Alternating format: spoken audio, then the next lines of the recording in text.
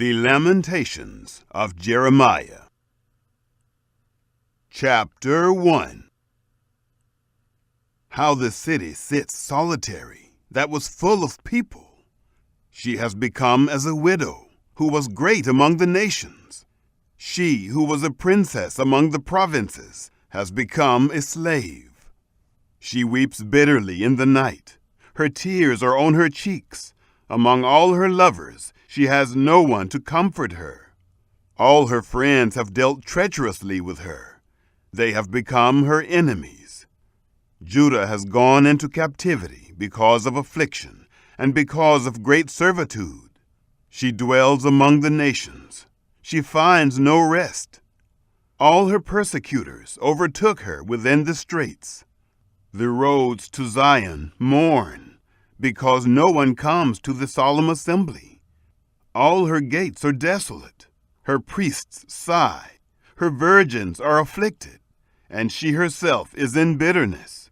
Her adversaries have become the head. Her enemies prosper. For Yahweh has afflicted her for the multitude of her transgressions. Her young children have gone into captivity before the adversary. All majesty has departed from the daughter of Zion. Her princes have become like deer that find no pasture. They have gone without strength before the pursuer.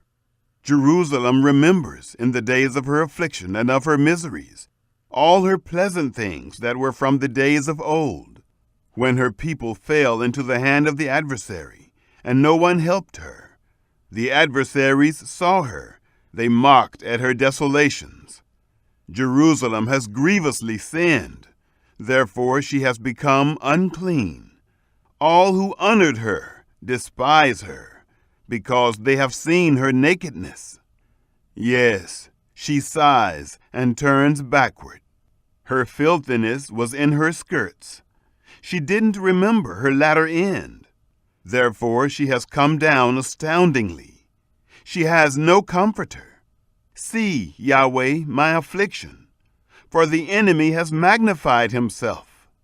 The adversary has spread out his hand on all her pleasant things, for she has seen that the nations have entered into her sanctuary, concerning whom you commanded that they should not enter into your assembly. All her people sigh. They seek bread. They have given their pleasant things for food to refresh their soul. Look, Yahweh, and see, for I have become despised. Is it nothing to you, all you who pass by? Look and see if there is any sorrow like my sorrow, which is brought on me, with which Yahweh has afflicted me in the day of his fierce anger. From on high has he sent fire into my bones, and it prevails against them. He has spread a net for my feet. He has turned me back. He has made me desolate, and I faint all day long. The yoke of my transgressions is bound by his hand. They are knit together. They have come up on my neck. He made my strength fail. The Lord has delivered me into their hands, against whom I am not able to stand. The Lord has set at nothing all my mighty men within me. He has called a solemn assembly against me to crush my young men. The Lord has trodden the virgin daughter of Judah as in a winepress. For these things I weep. My eye runs down with water, because the Comforter who should refresh my soul is far from me. My children are desolate, because the enemy has prevailed. Zion spreads out her hands. There is no one to comfort her. Yahweh has commanded concerning Jacob that those who are around him should be his adversaries. Jerusalem is among them as an unclean thing. Yahweh is righteous, for I have rebelled against his commandment. Please hear, all you peoples, and see my sorrow. My virgins and my young men have gone into captivity. I called for my lovers, but they deceived me. My priests and my elders gave up the spirit in the city, while they sought food for themselves to refresh their souls. Look, Yahweh, for I am in distress. My heart is troubled. My heart turns over within me, for I have grievously rebelled. Abroad the sword bereaves. At home it is like death. They have heard that I sigh. There is no one to comfort me. All my enemies have heard of my trouble. They are glad that you have done it. You will bring the day that you have proclaimed, and they will be like me. Let all their wickedness come before you. Do to them as you have done to me for all my transgressions. For my sighs are many, and my heart is faint. Chapter 2. How has the Lord covered the daughter of Zion with a cloud in his anger? He has cast the beauty of Israel down from heaven to the earth, and hasn't remembered his footstool in the day of his anger. The Lord has swallowed up all the dwellings of Jacob without pity. He has thrown down in his wrath the strongholds of the daughter of Judah. He has brought them down to the ground. He has profaned the kingdom and its princes. He has cut off all the horn of Israel in fierce anger. He has drawn back his right hand from before the enemy. He has burned up Jacob like a flaming fire, which devours all around. He has bent his bow like an enemy. He has stood with his right hand as an adversary, has killed all that were pleasant to the eye. In the tent of the daughter of Zion, he has poured out his wrath like fire. The Lord has become as an enemy. He has swallowed up Israel. He has swallowed up all her palaces. He has destroyed his strongholds. He has multiplied mourning and lamentation in the daughter of Judah. He has violently taken away his tabernacle, as if it were of a garden. He has destroyed his place of assembly. Yahweh has caused solemn assembly and Sabbath to be forgotten in Zion. In the indignation of his anger, he has despised the king and the priest. The Lord has cast off his altar. He has abhorred his sanctuary. He has given the walls of her palaces into the hand of the enemy. They have made a noise in Yahweh's house, as in the day of a solemn assembly. Yahweh has purposed to destroy the wall of the daughter of Zion. He has stretched out the line. He has not withdrawn his hand from destroying. He has made the rampart and wall lament. They languish together. Her gates have sunk into the ground. He has destroyed and broken her bars. Her king and her princes are among the nations where the law is not. Yes, her prophets find no vision from Yahweh. The elders of the daughter of Zion sit on the ground. They keep silence. They have cast up dust on their heads. They have clothed themselves with sackcloth. The virgins of Jerusalem hang down their heads to the ground. My eyes fail with tears. My heart is troubled. My liver is poured on the earth. Because of the destruction of the daughter of my people, because the young children and the infants swoon in the streets of the city. They ask their mothers, "Where is grain and wine?" When they swoon as the wounded in the streets of the city, when their soul is poured out into their mother's bosom. What shall I testify to you? What shall I liken to you, daughter of Jerusalem? What shall I compare to you, that I may comfort you, virgin daughter of Zion? For your breach is as big as the sea. Who can heal you? Your prophets have seen false and foolish visions for you. They have not uncovered your iniquity, to reverse your captivity, but have seen for you false revelations and causes of banishment. All that pass by clap their hands at you. They hiss and wag their head at the daughter of Jerusalem, saying, "Is this the city that men called the perfection of beauty, the joy of the whole earth? All your enemies have opened their mouth wide against you. They hiss and gnash their teeth. They say, "We have swallowed her up. Certainly this is the day that we looked for. We have found it. We have seen it." Yahweh has done that which he planned. He has fulfilled his word that he commanded in the days of old. He has thrown down and has not pitied. He has caused the enemy to rejoice over you. He has exalted the horn of your adversaries. Their heart cried to the Lord, "O wall of the daughter of Zion, let tears run down like a river day and night. Give yourself no relief. Don't let your eyes rest.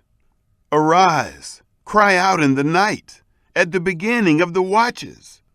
Pour out your heart like water before the face of the Lord.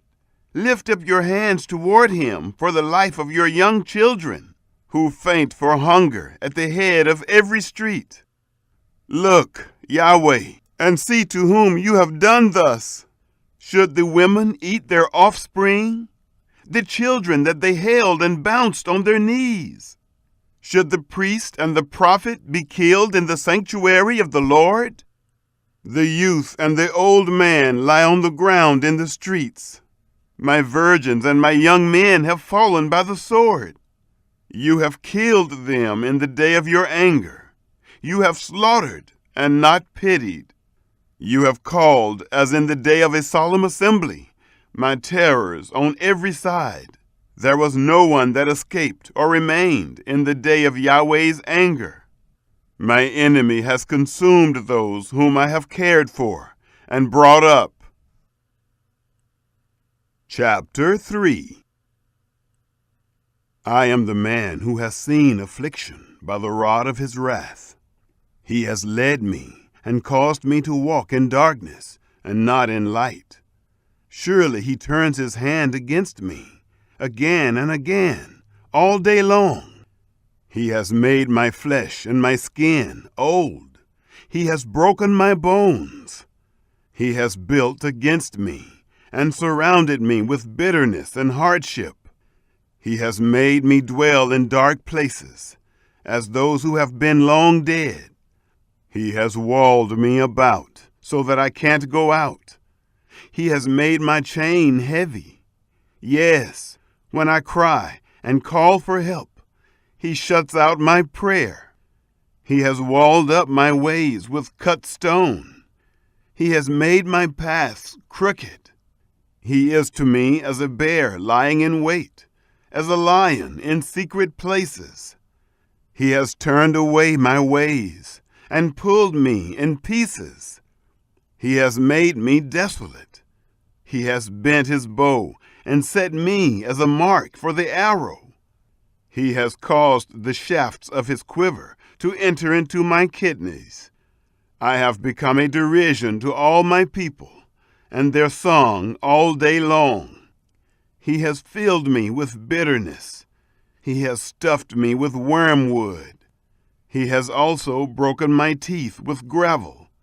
He has covered me with ashes. You have removed my soul far away from peace. I forgot prosperity. I said, my strength has perished, along with my expectation from Yahweh. Remember my affliction and my misery, the wormwood and the bitterness. My soul still remembers them and is bowed down within me. This I recall to my mind, therefore I have hope. It is because of Yahweh's loving kindnesses that we are not consumed, because his compassion doesn't fail. They are new every morning.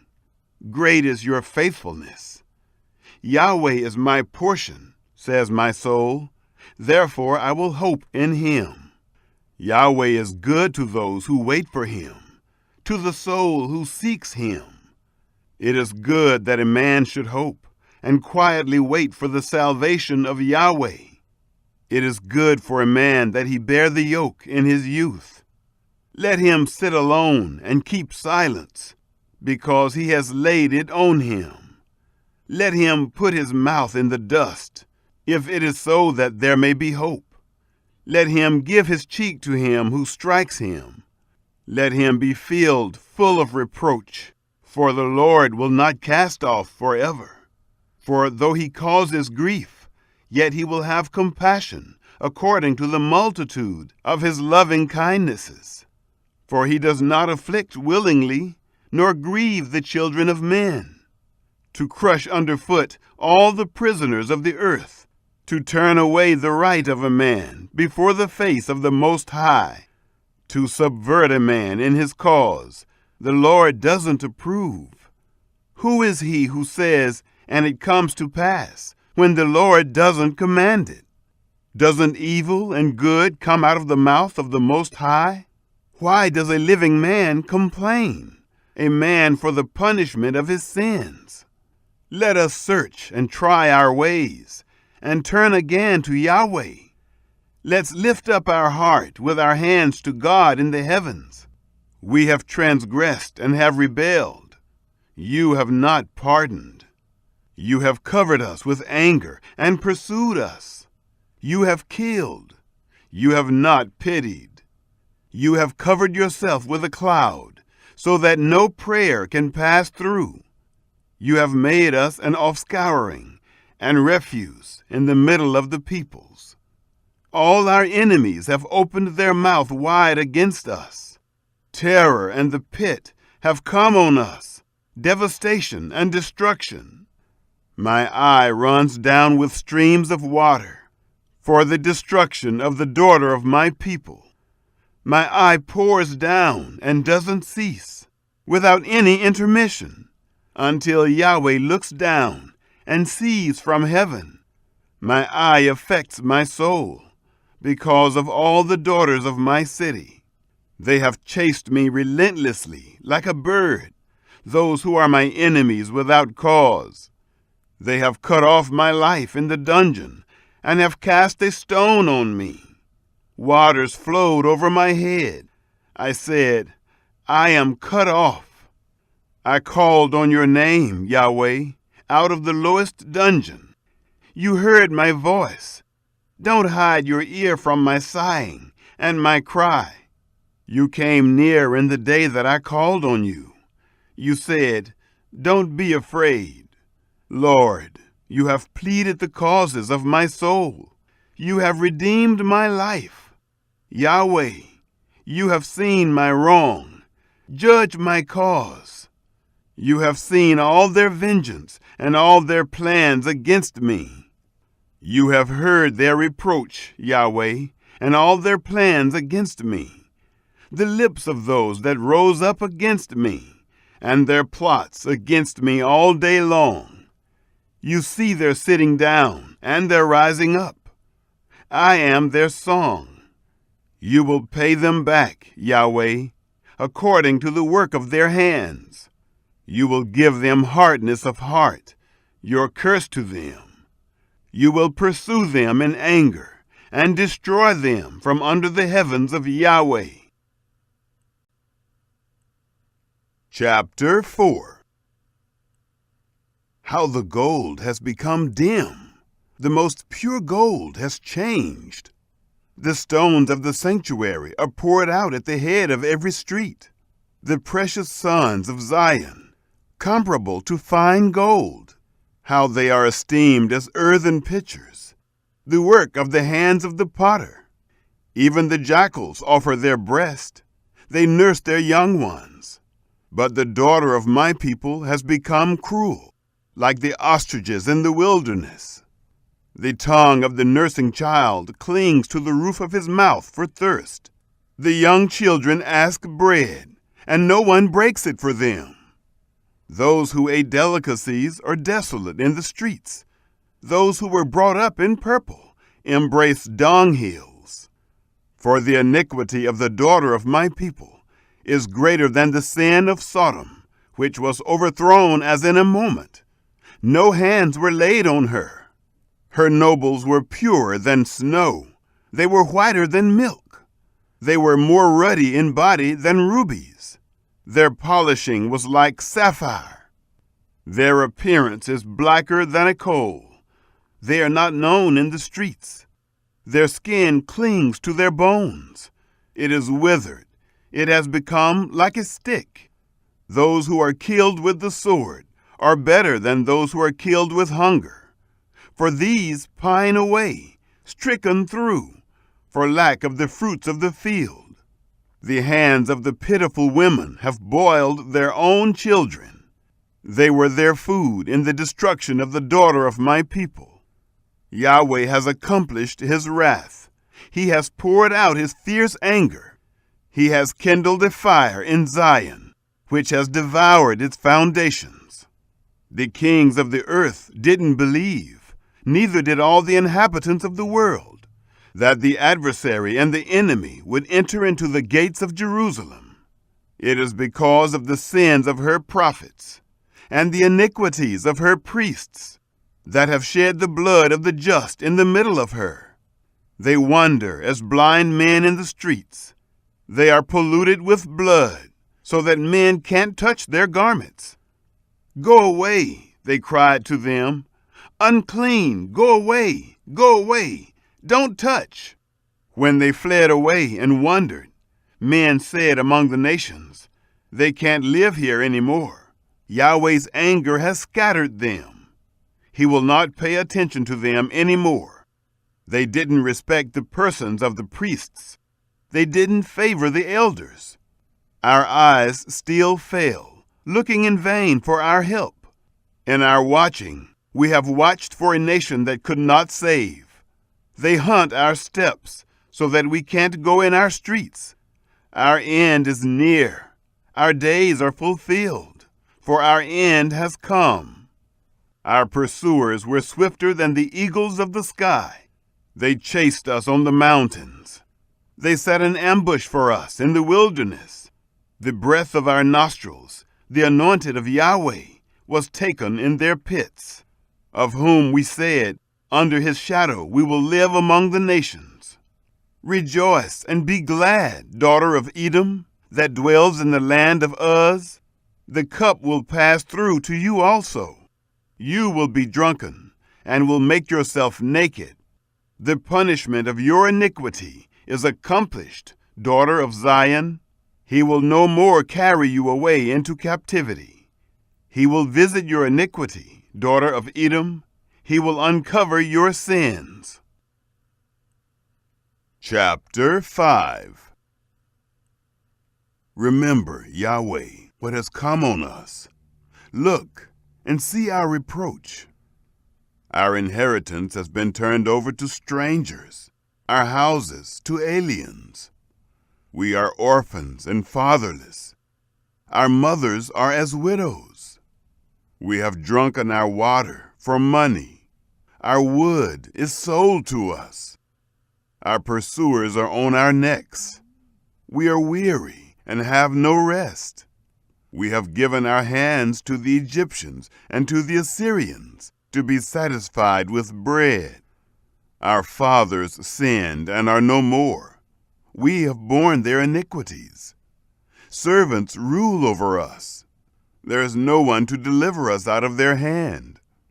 We get our bread at the peril of our lives because of the sword of the wilderness. Our skin is black like an oven because of the burning heat of famine. They ravished the women in Zion, the virgins in the cities of Judah. Princes were hanged up by their hands. The faces of elders were not honored. The young men carry millstones. The children stumbled under loads of wood. The elders have ceased from the gate, and the young men from their music. The joy of our heart has ceased. Our dance is turned into mourning. The crown has fallen from our head. Woe to us, for we have sinned. For this our heart is faint. For these things our eyes are dim. For the mountain of Zion, which is desolate, the foxes walk on it. You, Yahweh, remain forever. Your throne is from generation to generation. Why do you forget us forever and forsake us for so long a time? Turn us to yourself, Yahweh, and we will be turned. Renew our days as of old. But you have utterly rejected us. You are very angry against us.